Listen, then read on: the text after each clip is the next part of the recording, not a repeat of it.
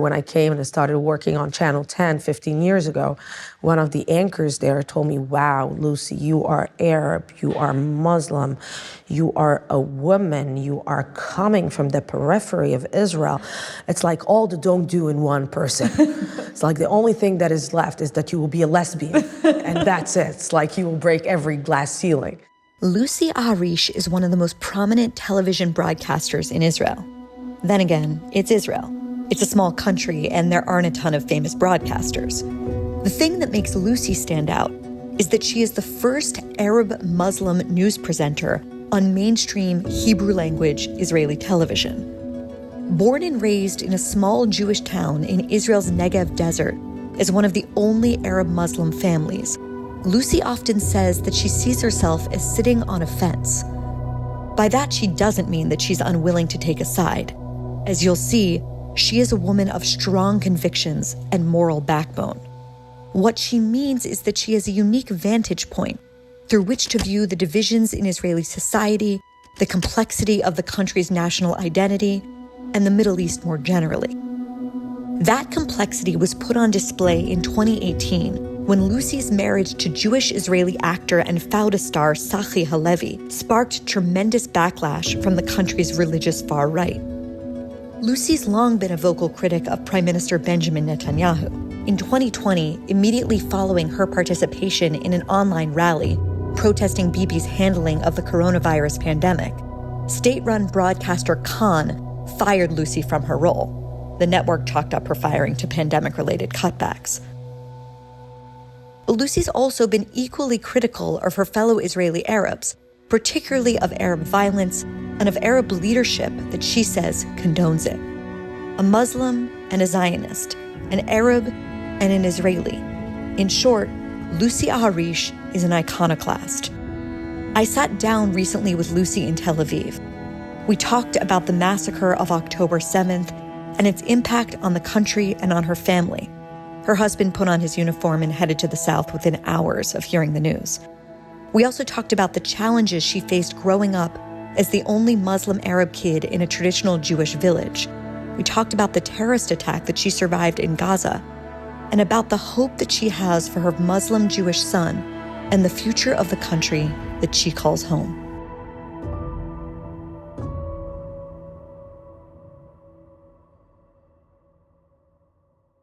You're Arab Israeli. Many people would probably think of that as an oxymoron, that have never sat where we're sitting right now.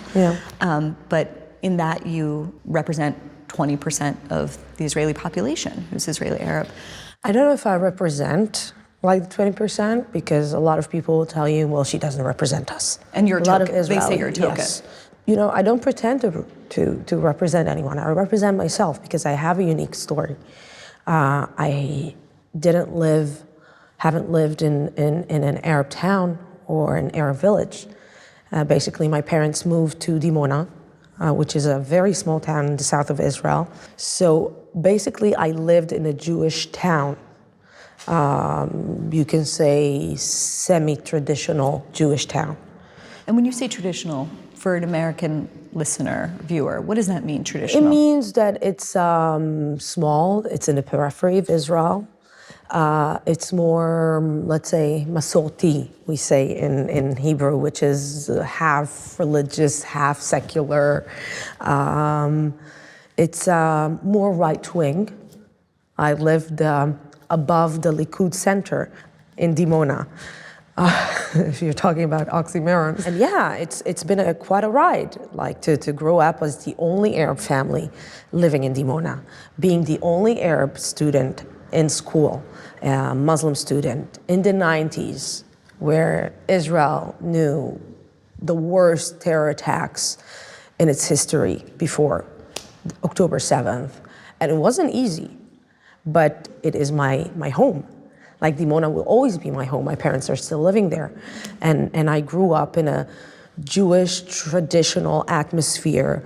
I celebrated Jewish holidays next to my Arab Muslim holidays. Being Israeli, Jewish, Arab, Jewish, living in a Jewish culture or education. It was like, it's something that was totally connected to my life. I didn't choose it. It's like my parents' decision. But for me, I'm, not only honored, but I got a gift. And the gift was the fact that I lived with Jewish people all my life. And yes, I experienced racism, and yes, I was bullied in school, especially after terror attacks.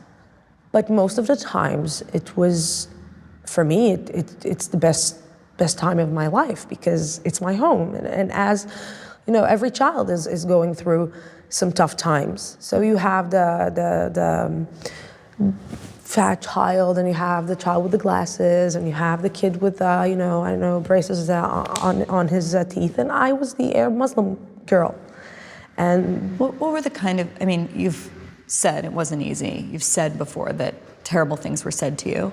Give us a sense of, the kind of things that were said. And then when you would go back and presumably tell your parents about it, how would they respond? I remember that I think that the most difficult times were after a terror attack. The morning of a terror attack was like the mornings that I didn't want to go to school. And I remember every morning saying to my parents, I don't want to go to school because I knew what I'm going to go through that day. And the day after a terror attack, you usually are not only sad, but you're angry. You have a lot of feelings of revenge. And you need revenge because you cannot understand or digest or accept the fact that there is someone who is putting, going on a bus and exploding himself in front of innocent people and killing innocent people, men, women, children. You cannot digest it, you cannot accept it, not even in the name of occupation. So I remember every morning, it was almost twice a week, I think, once a week back then. And I remember that mornings where I told my mom and dad, I don't want to go to school. And my mom and dad will tell me, my dad will take me in the car and put me in front of the school gate. And he will tell me, you will get out right now from the car and you will face your friends. And you will face reality, because if you won't be able to face reality now, you won't be able to face it in the future. Wow. And I would get in. What would they say to you? Would they say you're a terrorist? So they will see me, and then I will see all my friends, saying death to Arabs. We need to kill all the Palestinians. Filthy Arabs. And then they will look at me and they will tell me, well, Lucy, we don't mean you. You and your family are okay, but the rest of the Palestinians, the Arabs, we need to kill them, we need to murder them all. And I can understand that, but I try to understand that. But I was bullied, and I would get back to school, get back from school and get back home, and I would cry my eyes out. And my father will tell me, if I will ever hear you saying to somebody who called you filthy Arab or filthy Muslim, that you called him filthy Jew, I never in my life raise my hand and hit you, but I will do that. If I will hear you saying to someone filthy Jew, you will never go down to this level, because you're better than them. Lucy, we live in Israel's a very different context than the States, but in the States, you could say we live in a culture of grievances where people sort of hoard their victimhood. You have said many times in many interviews that you don't think of yourself as a victim. No, I'm not. Most people would hear these stories and be like, this is the ultimate victim. Listen to what she's describing. Why don't you think of yourself that way? Because I'm not a victim, and I'm not willing to be a victim of racism. I am not a victim of a racist government. I'm not a victim of, at a certain time, well, not a certain time, when the prime minister is going and saying on elections in 2015 that the Arabs are going on buses to vote, and this is a danger to the rule of the right, this is a danger to Israel. Me being a citizen of the state of Israel, I am not, a visitor in the state of Israel. I'm a citizen of the state of Israel.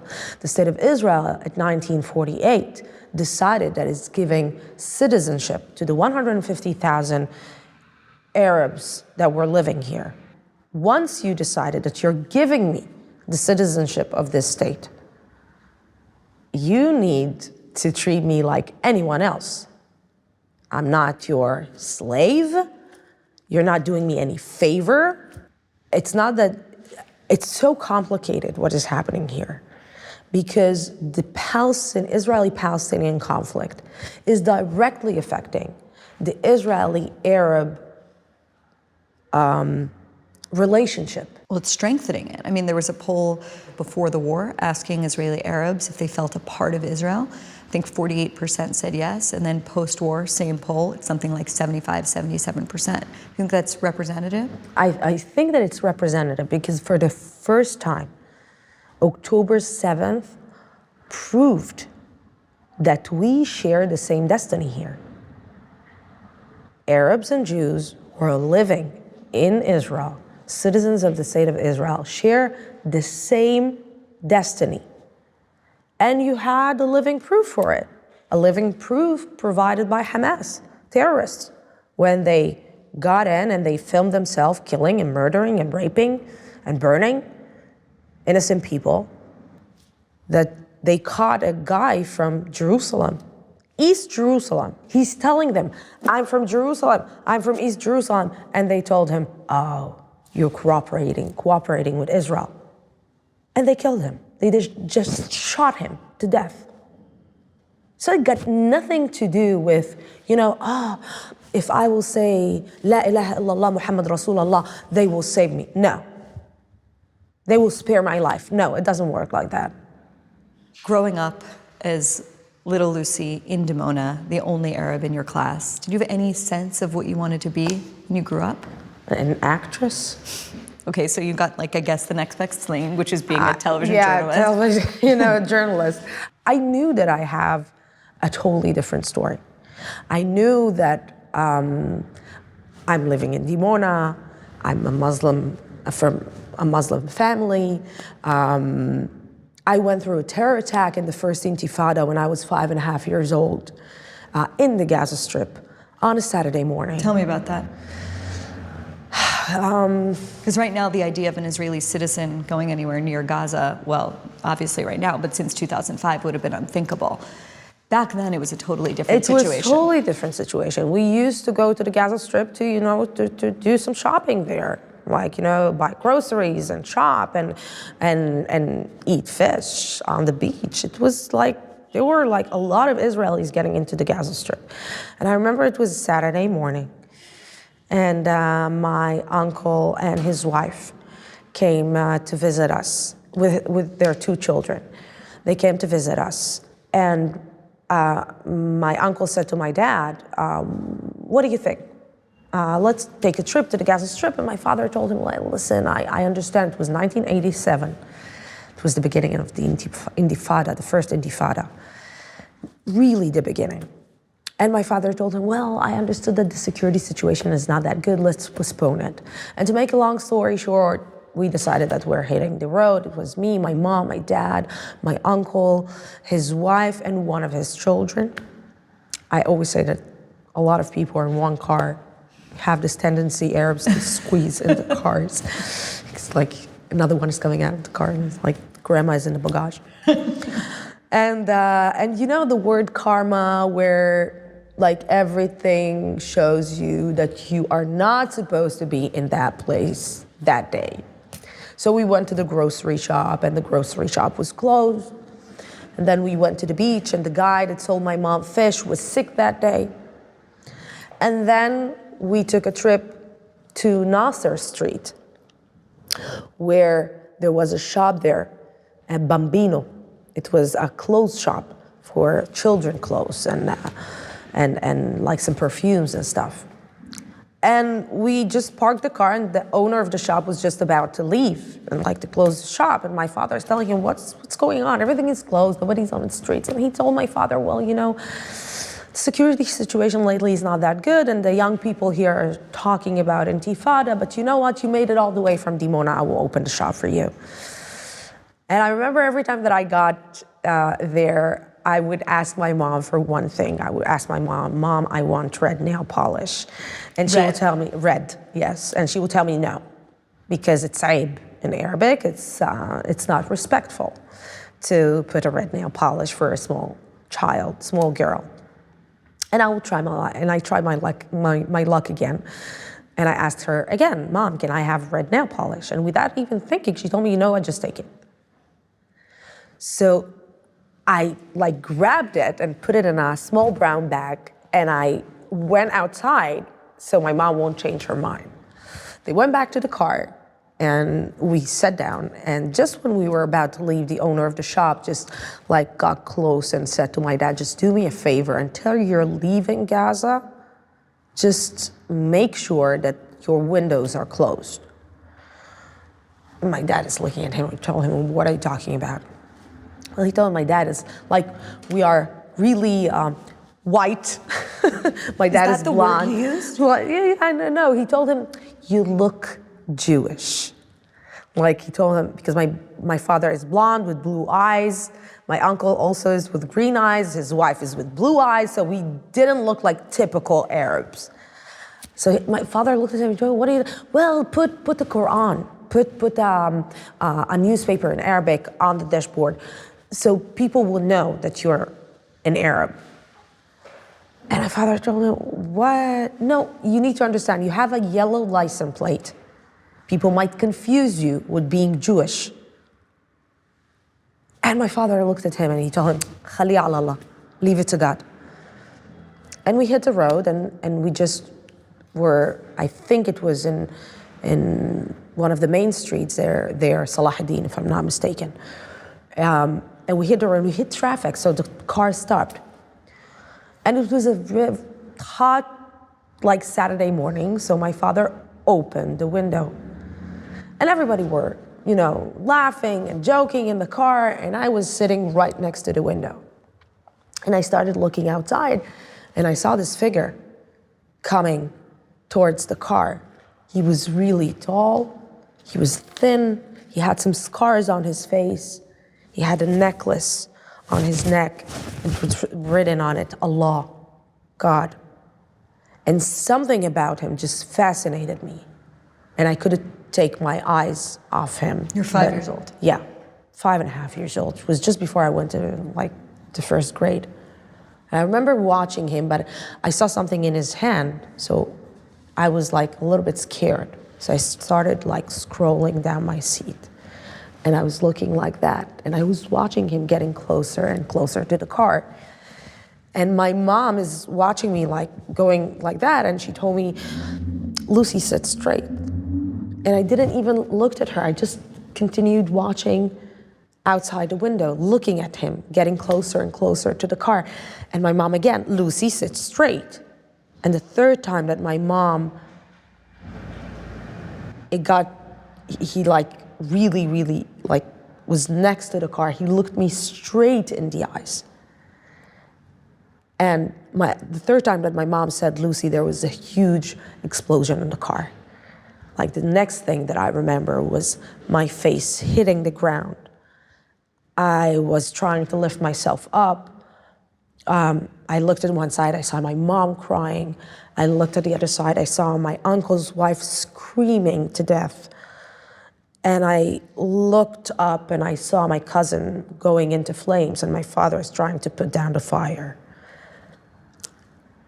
And at that moment, I said to myself, where is my red nail polish? I was trying to disconnect myself from everything that I saw, from the screaming of my father, help us. We are Arabs like you, help us. Nobody reached out. Nobody helped us. Everybody were watching it like it's a really bad action movie. I think it was after 20 minutes that there was like some army forces got in and took us out. My cousin went through a lot of surgeries. And for me, for a long time, I hated Palestinians. And I said it out loud. I hate Palestinians. You need to kill them, you need to murder them all. And I remember at a certain point, my extended family heard me saying it. And they said to my dad, well, she hates us. She hates herself. She hates who she is. She hates who we are. And my father, my very, very clever, wise dad, told them, well, she will grow up, she will understand that life is a little bit more complicated than she thinks. And he was right. He was right. Life were much more complicated, and it's not black and white. This is why it was important for me on October 7th to speak out, because it was personal. And I saw the evil in the terrorist's eyes. I saw him looking directly into my eyes before even, like when he saw a 5-year-old and a 3-year-old, and he saw a pair of parents sitting in a car, and he knew that he's going to burn them alive. He knew, and he did it without even thinking. So this evil that we saw on October 7th, it's not something new. It's not, just, wow, happened on October 7th. No. It was there. Now, there are a lot of things that got in throughout the years, but it was there. You first came on my radar when you became the first Arab-Israeli Muslim broadcaster in the country. And I was like, oh, that's cool. Like, who is that woman? That's really interesting.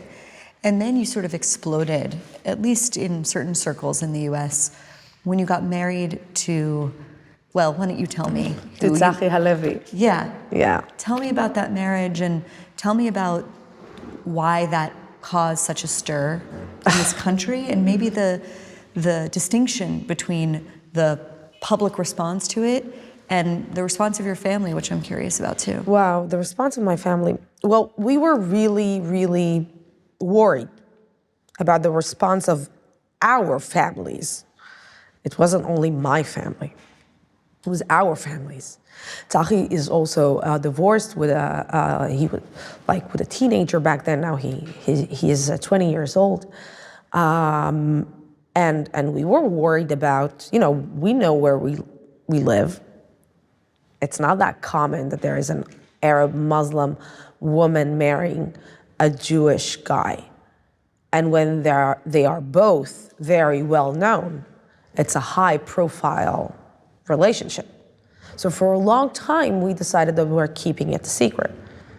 It was secret for around 4.5 years.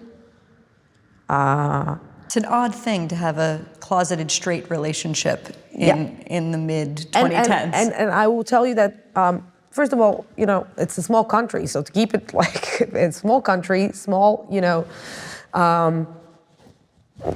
media, and yet we were able to save it like for 4.5 years. I remember that when we got married, it was like the media knew, all the journalists knew, and we always got like phone calls saying, "Oh, we know about your relationship, so we're." And I tried to explain to them, to tell them, listen, this is not a normal relationship. There is a teenager in the midst of it. Our families, they don't know. It's like, it was a secret. It was like a huge blast in Israel because it was a secret until the day of the wedding. Like my I said to Tzachi told me, well, do you want to say something like maybe a week before, 2 weeks? I don't know. You know, we are going it's going for an explosion. At least let me control the explosion. I know that it's going to explode, but at least when it will explode, I want it to be a very clear fact. We are married. It's not that we will get married in 1 month or 2 weeks, and then I will have to answer a million questions about the relationship and to have discussions on TV and radio whether this relationship is a suitable relationship for politicians or people living in Israel. No, I want when we will announce our marriage, it will be a fact. A fact in the face of all the people who have something to say about this marriage. What did people say? What they didn't say. So just to be clear, we're talking about a Jewish Israeli actor who's in the show Fauda, most famously. Yes, and he was an ex-military officer in an elite unit, undercover elite unit. So actually Fauda in real life. Yeah, and his father was a veteran of the Mossad. So it was I felt if you would have asked me 20 years, you will marry a Jewish man who is an undercover officer in an elite unit and his father is working in the Mossad, I will tell you, come on, this is really, this is a non-realistic movie. And yet, this is my reality. But all these titles that people are giving, he's like this and he's like that and his father is like this. And I fell in love with Tzachi. I fell in love with a man. I'm always saying that if I was right now living in the United States, I would be a non-issue. Really. I will be a persona that is really not interesting, a totally regular story. And it was funny for me that people it opened the Knesset the morning after, the Knesset meeting, the parliament meeting, the day after. About your marriage? Yes. It's an issue of national security importance. Yeah, I was surprised. Knesset members reacted, said that it's a problem that this assimilation and what is the example that they're giving people. One of the Knesset members even posted on Facebook that Tzachi took Fauda one step too forward. And he needs to rethink his actions and go back to the Jewish people. You've been in the papers a lot recently, including a big profile in a major Israeli paper frankly, for echoes of what you experienced as a child, you could argue. Mm-hmm. Tell us about what happened. I was invited to speak out last May in Megiddo. What's Megiddo? Megiddo is a small area in the center north of Israel. In Shavuot, in the eve of Shavuot. It's a big holiday where Jews tend to study all night long, celebrating getting the Torah, and they maybe bring in lots of speakers. So they brought me as a speaker, not to speak Torah. I feel like you could do that. To speak about my life. I wasn't playing it as a rabbi coming to speak to the Jewish people and give a message to the Jewish people. I came and gave a lecture about my life. I spoke about my life, about the mutual life that I have, the coexistence that I'm living. That's it. It was an amazing evening. We all felt connected, and really it was an emotional evening. I got the money, they paid me, and that's it. 2 weeks before, 2 weeks ago, I just step out of the bathroom from the shower, and I look at my phone and I have like these tons of messages telling me, like sending me an article in Yediot Ahronot, telling me, sorry for my language, what is this shit? What is this? Apparently, the education ministry of Israel prevented the money from Megiddo, decided not to pay Megiddo, because they brought me a woman who symbolizes assimilation, who represents assimilation, cannot speak about a Jewish culture. So you cannot bring her to speak about a Jewish culture in the eve of Shavuot. And this is why we're not giving you the money. This letter came out from the Ministry of Education of the official state of Israel, which means that the official state of Israel is basically looking at me and telling me, oh, I'm racist, and I'm not ashamed of it. You know, back then, some people were a little bit ashamed with their racism. Now, no shame whatsoever. So Lucy, there are people, as you know, all over the world who look at Israel and say, it is a racist, colonialist, apartheid state. It is no better than the Jim Crow South in America before the Civil Rights Movement. And the kind of thing that just happened to you is proof of that. What do you say to that? Oh, look at your countries. Look at what is happening in your countries right now. What I'm going through right now is pure racism, definitely. Apartheid? No. Look at me. It cannot work. I'm a presenter on a mainstream TV channel in Israel. It's like, no. My sister is working in one of the big banks in one of the major banks in Israel. My other sister is the general manager of a big hotel in Eilat.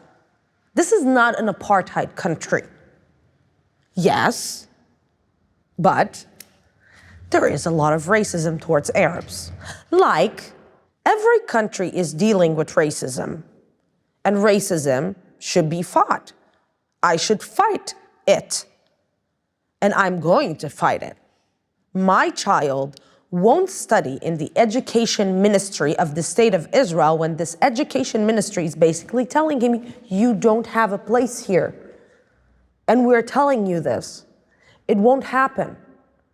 And if I need to sue the Ministry of Education of Israel, I will do it. You're going to do that? Yes. Yes. Because for me, this is the red line.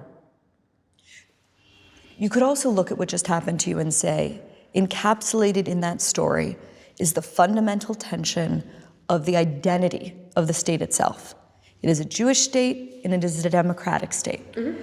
And many people look at that as a paradox at best. Other people look at that and say, those things are on a collision course and they can never be reconciled. What's your view of it? And I will tell you something like that. This country has to be Jewish and democratic. Why? Because the Jewish people have no other option than to be democratic. Because of their history. Because they were persecuted. Because they went through the Holocaust.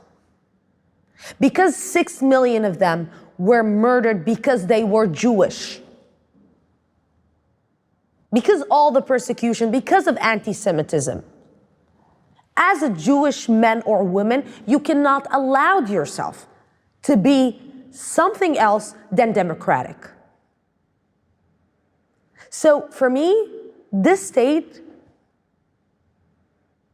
it's a natural thing that it will be Jewish and democratic.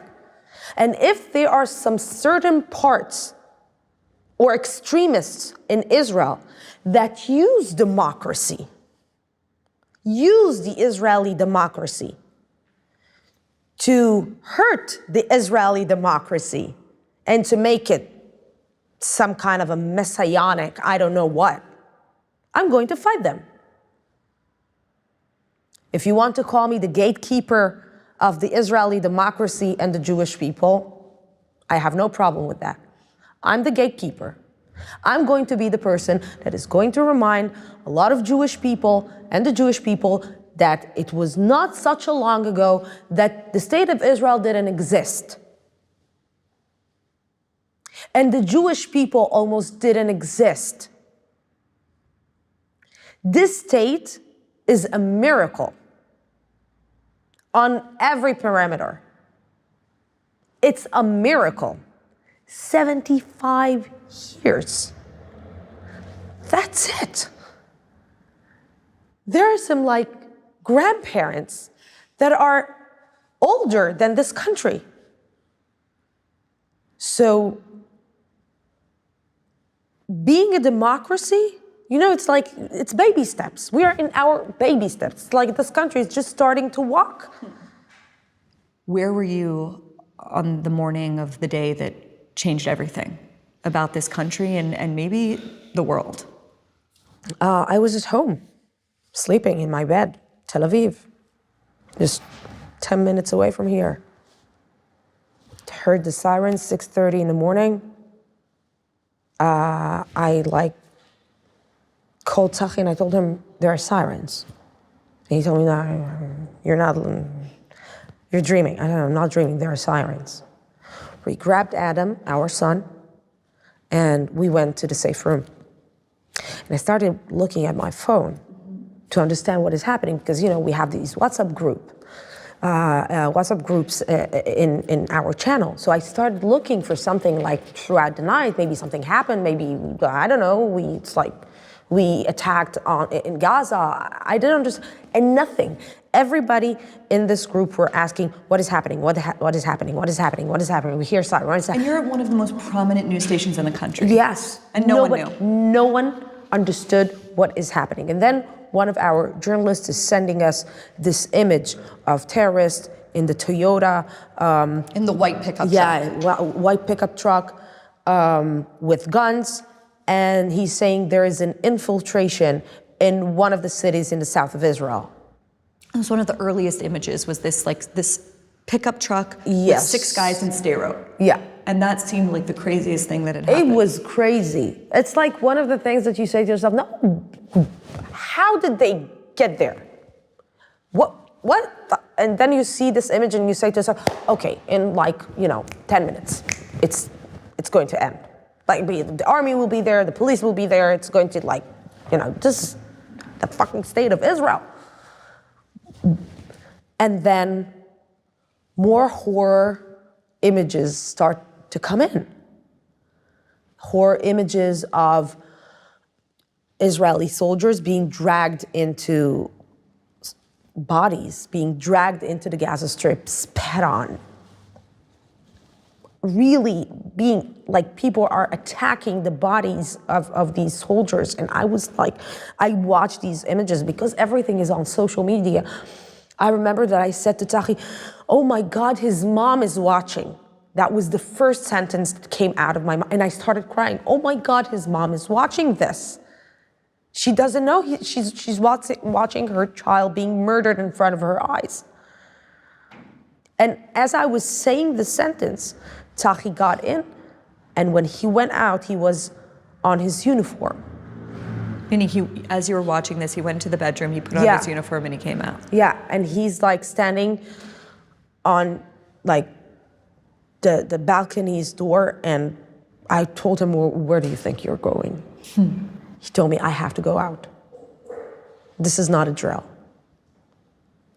And I told him, I'm alone here with what am I supposed to do? He told me, close the door, get into the safe room, and every time that you will hear a siren, just do whatever you need to do. I need to go out. What time of day was it when he put on his uniform and left your apartment? It was around 8:39. So really early. Yeah. It was the first hour. Had he been called up? No. So when he said, I need to go, what did he even mean? He's going. He's going to serve his country. He's going to save his family, to save this country, to save everything that he believes in. I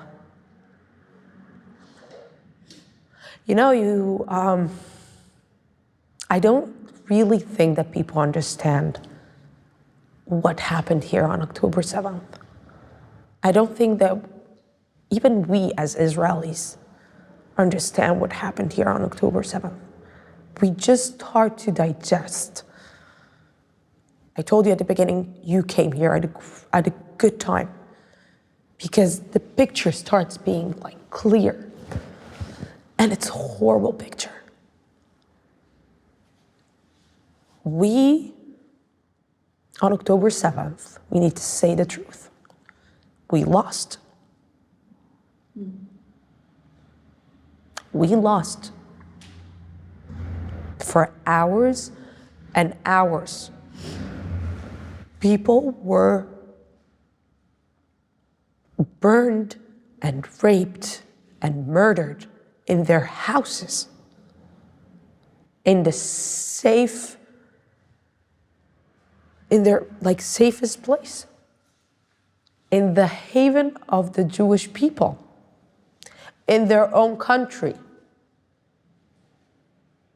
And people waited for somebody to come and rescue them. And nobody came.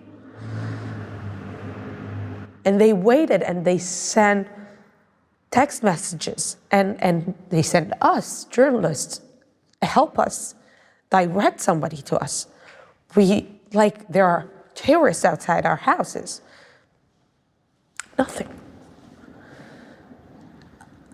I think that the feeling that we feel in Israel, especially after October 7th, is, a lot of us feel, is that that day we were orphans.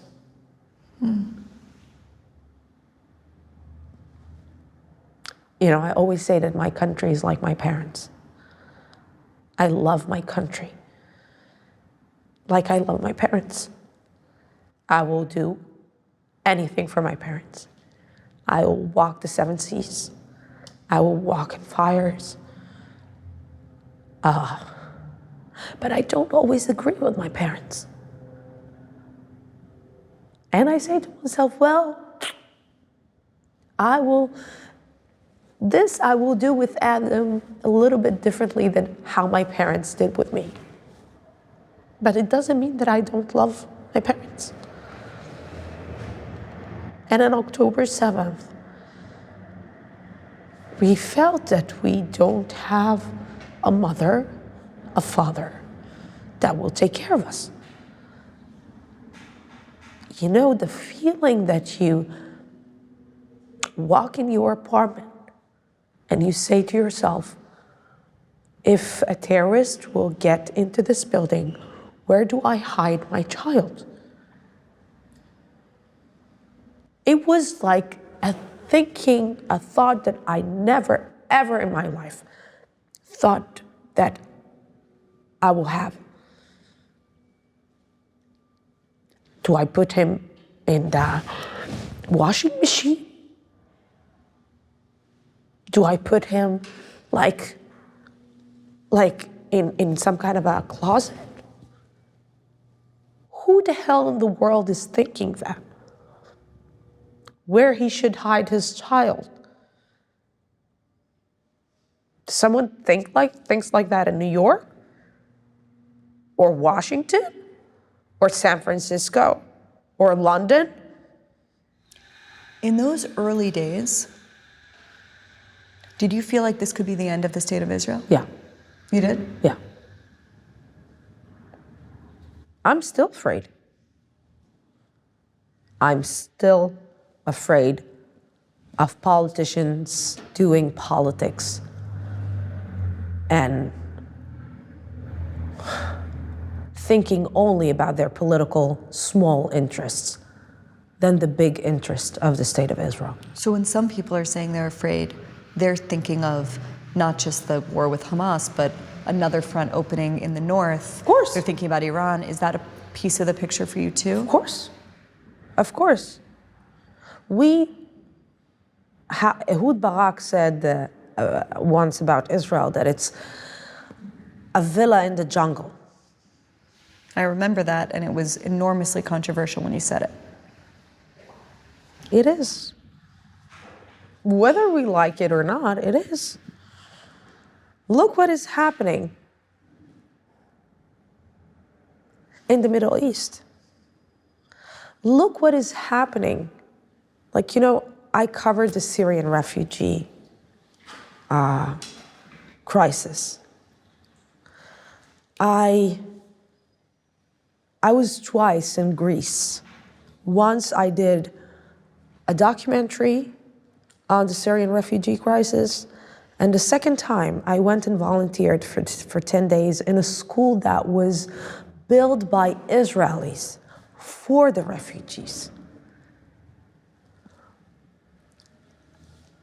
I heard their horrible stories.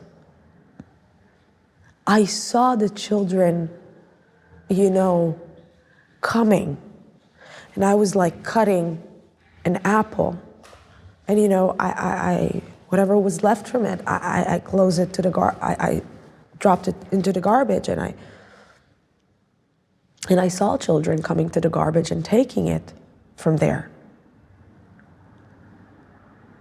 And I remember going back home and I said to myself, this can't happen in 2020. How come this is happening in 2018 or 2017?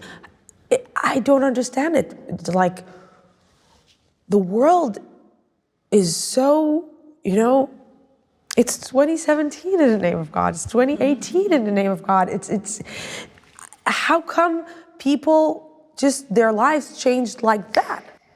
How do you explain, right now, there's, I don't know if you'd call it a jihad or what, but a total decimation of Christians in Nigeria by Islamists. You look at what's happening in Syria, you look all over the world, and it's people like the guy that stared at you from the window when you were 5 years old, or the people that carried out October 7th, terrorizing people, including Christians, Jews, other Muslims all over the world. And there are lots of people who look at that and say, what Israel's fighting fundamentally is not a war with Hamas, it is a fundamental war between Western civilization and Islam. And what do you say to that? Because you are Muslim. I see what these fundamentalists are doing in the name of Islam. I see what they're doing in the name of religion. In every religion, I think Christianity or Judaism or Islam, if you want to do something extreme, you will find the right excuse for it. I think that we're giving up on education. We gave up on education. When I see people in the United States like young people, the young generation, going to elite universities,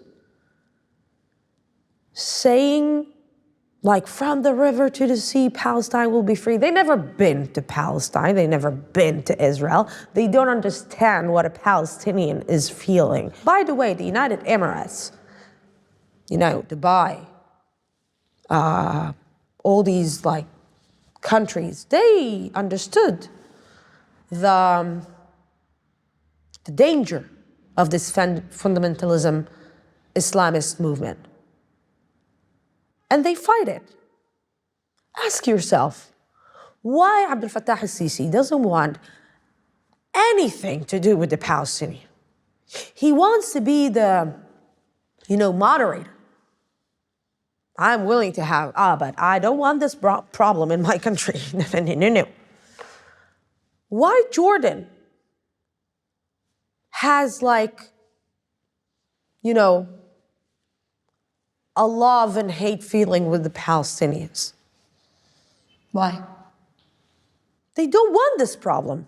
Let's explain the problem, though, because, pre-October 7th, even after the Intifada, even after all the rockets on Sderot Road, even after all of these things, broadly on the Israeli left, and certainly in the United States on the left, there was a consensus view. And that consensus view was there's two people, and the conflict is fundamentally about splitting up the land. It seems to me that is fundamentally shifted, that idea. Because what happened on October 7th got nothing to do with the occupation. Because when you hear right now Khalid Mash'al being interviewed... One of the heads of Hamas. Yes, one of the head of Hamas, being interviewed in a podcast. I'm going to say it again. Khalid Mash'al was interviewed 2 weeks ago in a podcast. Okay? He was like sitting in one of the, prestigious hotels doing a podcast while his people are starving or, going through Israeli attacks in the Gaza Strip. And he's being interviewed for a podcast and saying in that podcast, we're not talking about two-state solution. No. There's only one state, from the river to the sea, which means we're eliminating the state of Israel. So when Hamas is asking to stop the war, it's very funny. You are declaring to erase. You're saying the state of Israel, it's like you're not going to just be okay with the Gaza Strip or the Palestinian territories. You're saying that you are going to be okay with all Israel. So when you're asking to stop the war in the same sentence, it's a little bit funny. And at the same time, another leader of Hamas they're basically laughing in the face of the international community. They're looking at these young people marching on the streets, shouting in the name of a terror organization, and they're laughing. So when you teach people, when you educate people to speak in a soundbite and not read, I remember the guy that I fell on his, the day of the terror attack. There was a very old man that I fell next to him. When I fell on the ground, my face hit the ground. There was a guy that sold small, shoes. And he looked at everything that happened and he told them, Ya welkum in Allah. Where will you escape from God? These are innocent people. Where will you escape from God? I think that these fundamentalists, these extremists, don't want us to ask the right questions, don't want us to question things that are said, that are done. It's easier to have a villain in religion, everything is very clear. The good guy, the bad guy, we are the last ones. No. You said earlier to me that on October 7th, Israel lost the war. Mm-hmm. But of course, the war, to fight Hamas hadn't really begun on October 7th. It would take a few weeks. And now we're almost 4 months into that war. Do you think it's possible for Israel to, there's a paradox, right? On the one hand, Israel must win the war. Mm-hmm. Because a democratic country cannot live with a terrorist group at its border, 100%. Promising to do it again and again and again. On the other hand, other people say, you can't defeat an idea. And this is an idea. So can Israel win the war? Like you said, Israel has to win. It doesn't have another chance. It doesn't have any other choice. And I chose the word chance and choice. We have to win this war. You know that the reaction is going to be harsh and brutal.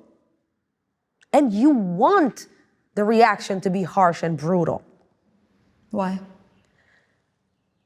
Because they want to kill our sense of humanity. I was angry and frustrated about this terror organization because they took from me the ability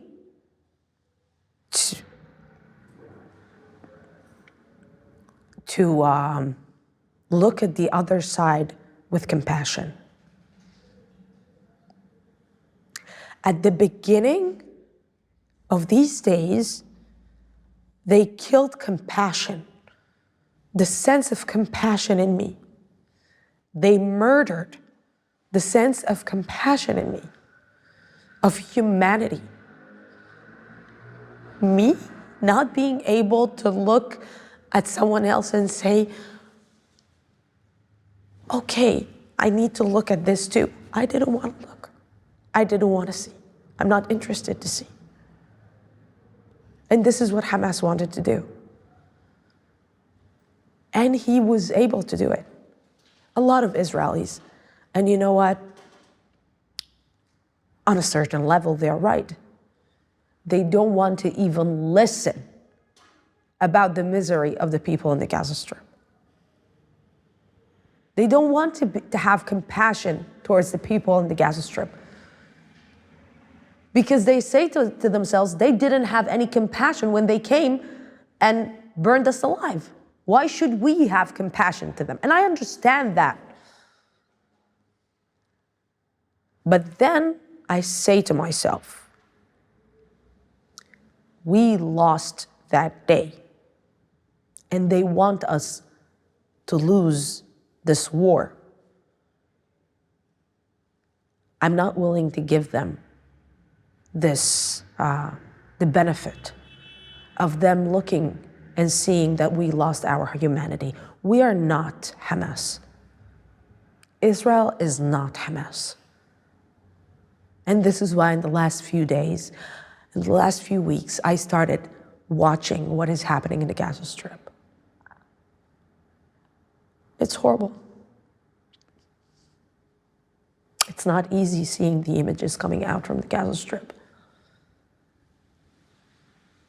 And I feel sorry and painful for babies, for children, for men and women who are being killed in this war. No one should experience this. No one in this world should experience not what we experienced and what the Palestinian people in the Gaza Strip are experiencing. The next generation of the people living in the Gaza Strip in 20 years, if we want them, if we want to start looking for forgiveness between Israelis and Palestinians, we need also to be part of the solution. We cannot just say it's not our problem. These are our neighbors. We don't have any other neighbors. You know, if somebody is sitting in Israel and thinking that one day 3 million Palestinians from, you know, the West Bank, 1 million in the West Bank and 2 million in the Gaza Strip will just disappear, you're living in a really, really, really bad conception. And Israel, I'm announcing as an Israeli Muslim Arab woman, is not going to disappear anywhere. Nor the Jewish people. The Jewish state is here to stay. Now, we need to be part of a solution. And to just look at the geopolitical situation, we have a great opportunity. Everybody have political interests. Everybody have interest in the Middle East. You know, we have peace agreement with Jordan. We have peace agreement with Egypt. We have the Abraham Accords, and Saudi Arabia is winking and telling us. So we need to be really, really, really, blind not to see the great opportunity where a lot of political interests come together for Israel and for the Palestinian people. We just need to open our eyes. Before we left the interview, we asked Lucy about her parents. We wanted to know a little bit more about what they think of her work, her life, and what she's become. They're really proud. They're amazing. Really, they paid a they huge. sound unbelievable. I cannot be grateful enough for them. And you know, them accepting Tzachi as they are. The day that Tzachi, like on October 7th, when my mom knew that he's going to the battlefield and she cried her eyes out. He's like her son. Got nothing to do with the fact that she's Muslim or he's Jewish. We have a child. His name is Adam.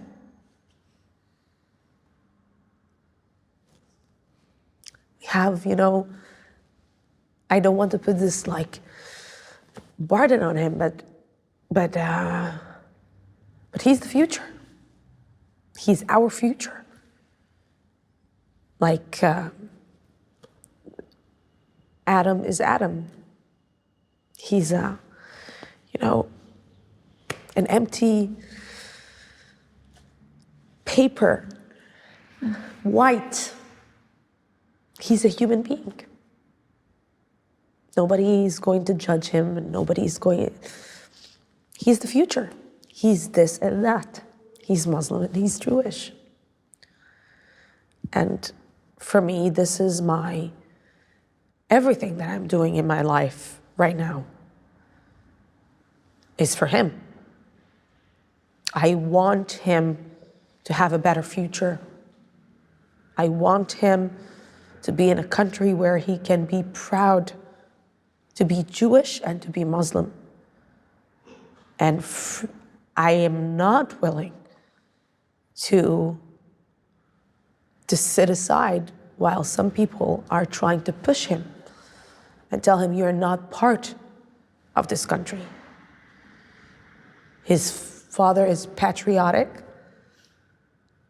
As a 48-year-old man that is not supposed to do reserves is. And he's a human being. And I will fight for his right to be who he is without being judged. This is my fight. I can't thank you enough for giving us this time. I know how busy you are. And Yeah. I'm so grateful. Now you have to go. Go. Thank you so much. Thank you so much. You're incredible.